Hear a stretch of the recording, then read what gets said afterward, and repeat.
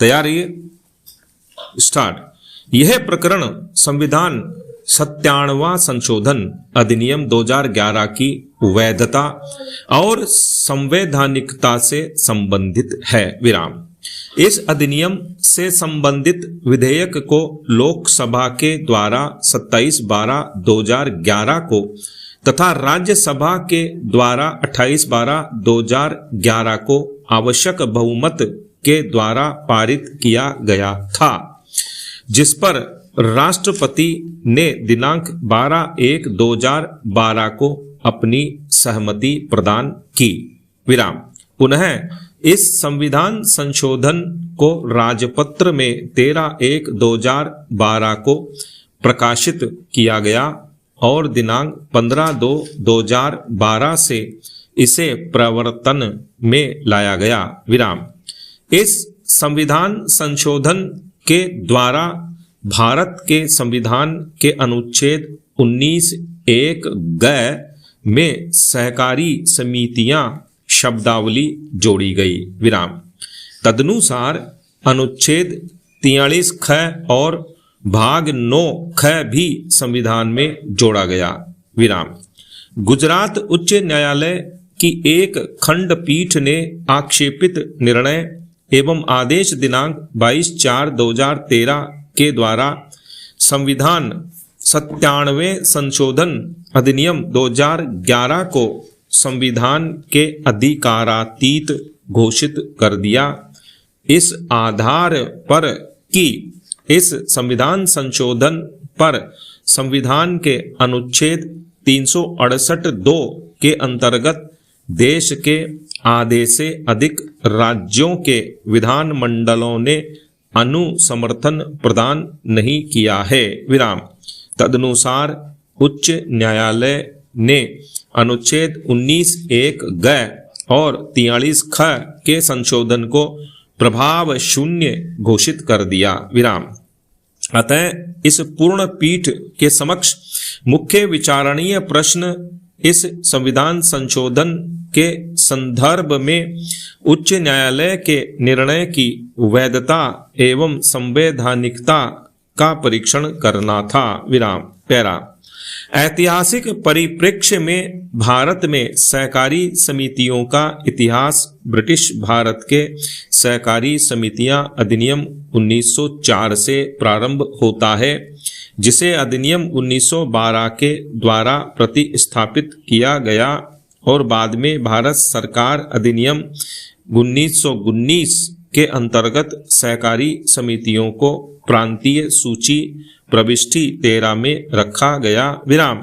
पुनः भारत सरकार अधिनियम 1935 के तहत भी इसे प्रांतीय सूची प्रविष्टि 33 में रखा गया, जिसे स्वतंत्रता प्राप्ति के बाद भारत के संविधान की 7वीं अनुसूची की दूसरी सूची अर्थात राज्य सूची की प्रविष्टि 22 के रूप में कायम रखा गया। विराम।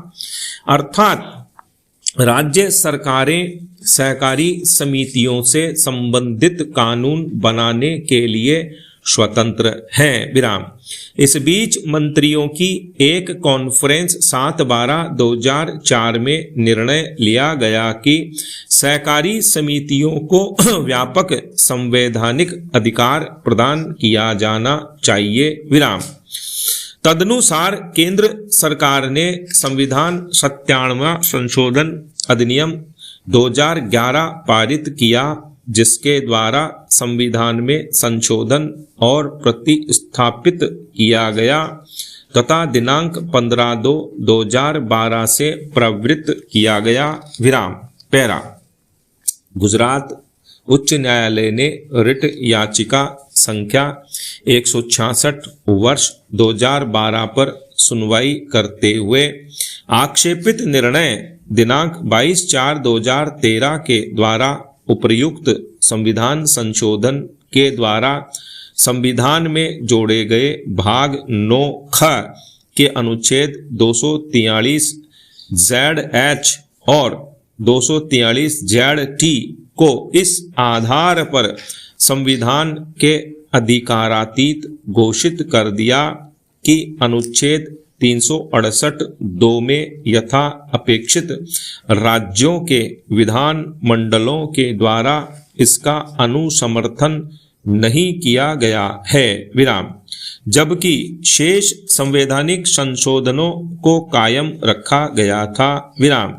जिन अनुच्छेदों को गुजरात उच्च न्यायालय ने असंवैधानिक घोषित किया है उनमें अनुच्छेद 243 ZH सहकारी समितियों से संबंधित विभिन्न शब्दावलियों की परिभाषा और अनुच्छेद 243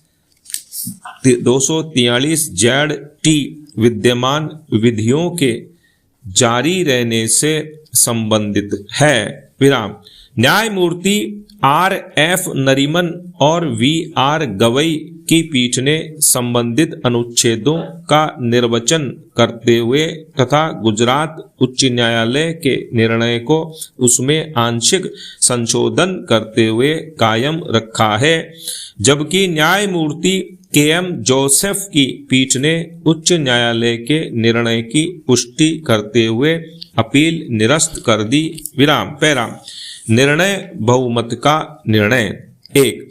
उच्च न्यायालय के निर्णय को कायम रखा जाता है सिवाय उस विस्तार के जिसे वह भारत के संविधान के भाग 9 ख की पूर्णता को शून्य, अवैध और अपरिवर्तनीय घोषित करता है, जैसा कि हमारे द्वारा ऊपर अभिनिश्चित किया गया है, घोषित किया जाता है विराम।